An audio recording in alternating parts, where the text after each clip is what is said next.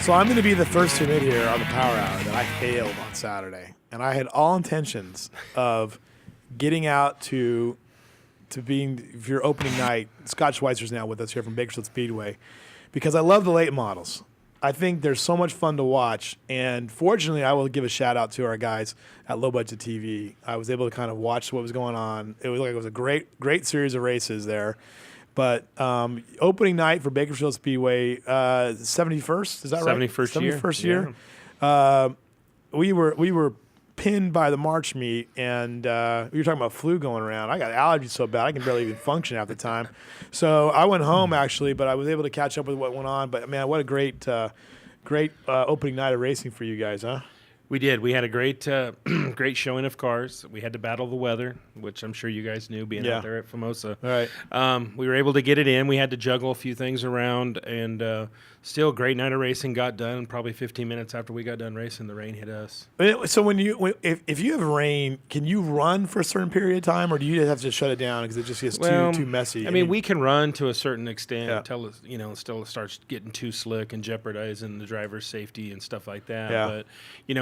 But the bottom line, this is entertainment, and fans don't want to come out and sit in the rain, right? So or get mud shot out onto them. So we have to look at it that way. Yeah. The bottom line, it is a business for us. Right. So it was a tough weekend for the fact that it was a mediocre crowd for the fact that the weather was out there. But we were able to get the first one under our belt. We got some great racing in, and we're ready to.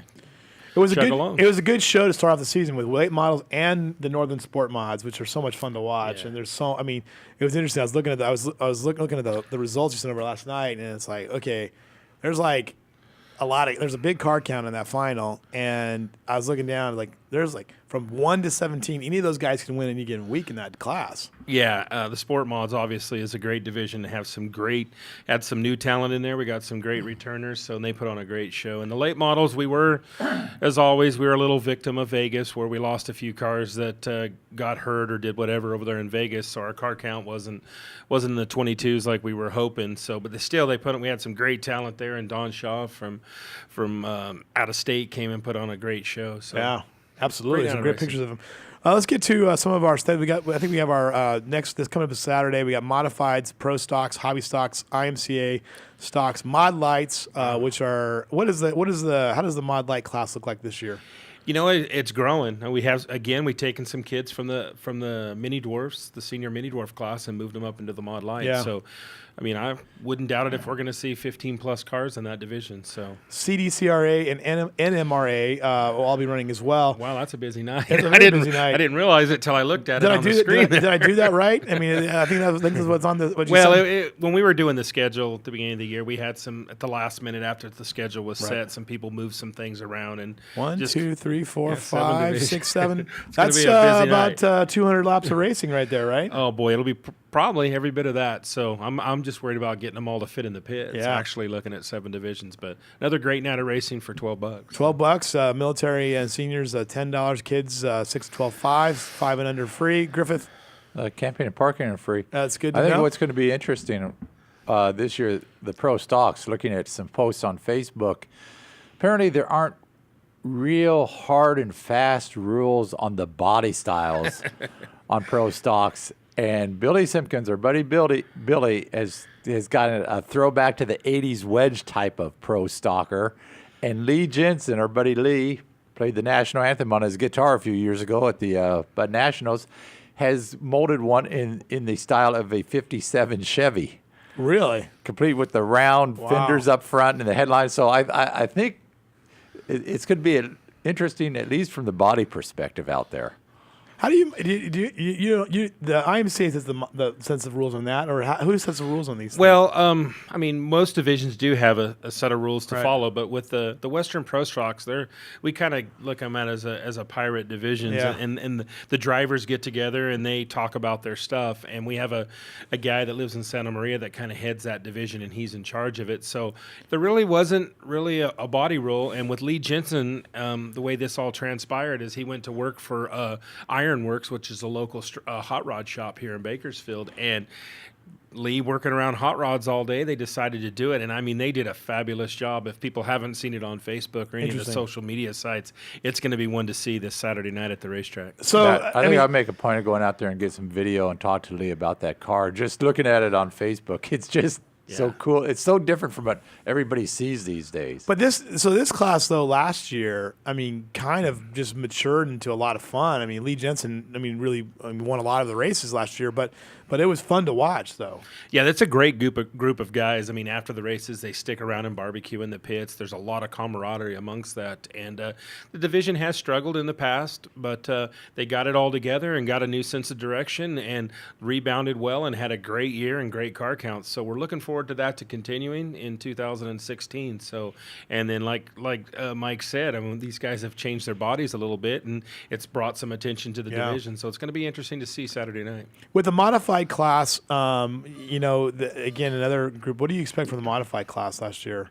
Or for this coming into this year? Well, it's going to be interesting as well. There's some new drivers, some drivers that have moved up from the sport mods have now come into an A mod. So Brad Pounds now is driving for somebody.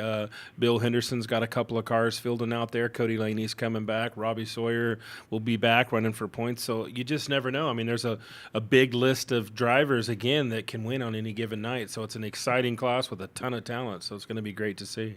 I mean, you like having that parity too. I mean, Brad Pounds obviously has dominated this class, but he didn't always win every night either. I mean, it was a very wide open. Won the points title, but it didn't win every single night.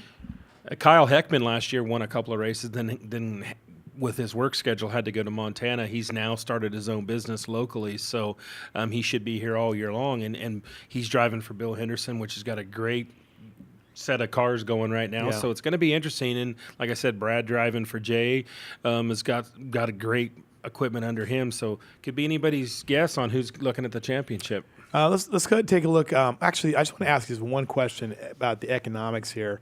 Kind of the elephant in the room for a lot of guys too.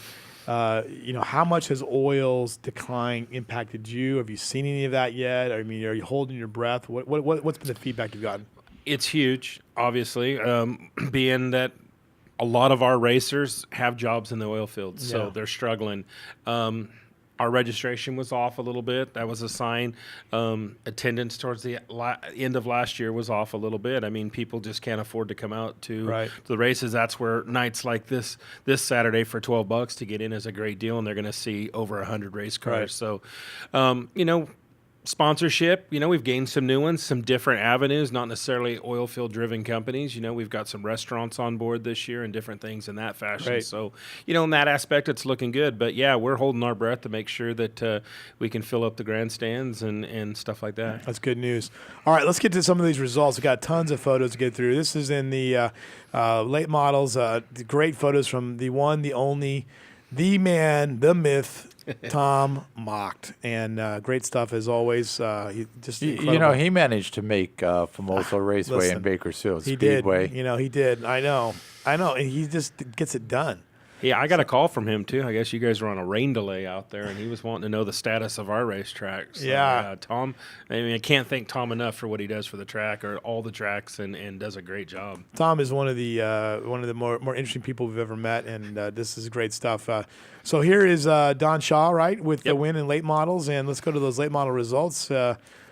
Shaw with the win, Jason Papich there in 2, Steve Drake in 3, Rob Sanders in 4, Bobby Hogue the 4th, who owned the track last year, in 5th, Mike Kirby, Larry Childress, Bill Eggleston, Ron Bartles, and Eric Turner finishing out your top 10 in late models. Going on to the Northern Sport Mods. Again, another good battle here, a deep card count and some good signs of how things are going to shape up for the rest of the season, I would say. With the competitiveness in this class. Yeah, 26 cars showed up, so we had a B main, and Gary Dutton was able to get the win. So probably won't be Gary's last time in victory lane this year. He's a tough competitor, but the interesting thing on this is second and third place, Nick Spainhauer and Chris McKellar both had to come through the B main. Had to start, past in the 7th row, and were able to get up in second and third. And in 4th and 5th, Michael Johnson and Wayne Kaufman and your top 5. All right, let's move on to American stocks, right? Yep. All right. Look, I identified it. Those are hobbies. Hobby stocks. You're fired, Griffith. All right, hobby stocks. The winner in the hobby stocks class was here it comes. Michael Scruggs, Kyle Fife, Chris Settlemeyer, Aaron Stewart, Travis Avila, Mike Hill Jr., Anthony Sly, Kyle Wood, Robert Swearingen, and Dylan Hager, finishing out your top 10. These are American stocks. All right, American stocks. I knew it was somewhere in there. And the winner there was Schweitzer, Brody Schweitzer. Yeah, my son Brody got his first win. First win. How old is Brody Schweitzer? What's that? How old is Brody Schweitzer? Brody is 20 years old. 20 years old. Is that the baby of the family? No, actually, the baby's standing right next to him. That's my daughter, Bailey. Okay, so Brody, first year in the class, actually fourth race he's ever raced. Wow. Built this car, going to college, got a job, and decided it was time that he wanted to do some racing. So, do you encourage him, or is that something that he just did on his own? That's totally on his own. I mean, we don't. He raced the mini dwarfs way back in the day. Yeah. That's kind of where I started the mini dwarf division, was because of Brody, and gave him something to do. And then he just kind of quit racing and was doing his own thing, and decided it was time to come back, and got him a car and built it, and was having some fun, and was able to get the first win on opening night. All right, Brody Schweitzer with the win. Dakota Brown, Brandon Ratcliffe, Nicholas Johnson, and Cody Johnson finishing out the top 5. Moving on to our next class. Is that it? I don't have my head. Am I hearing? What is he saying? Oh, there we go. Mini stocks. Mini stocks.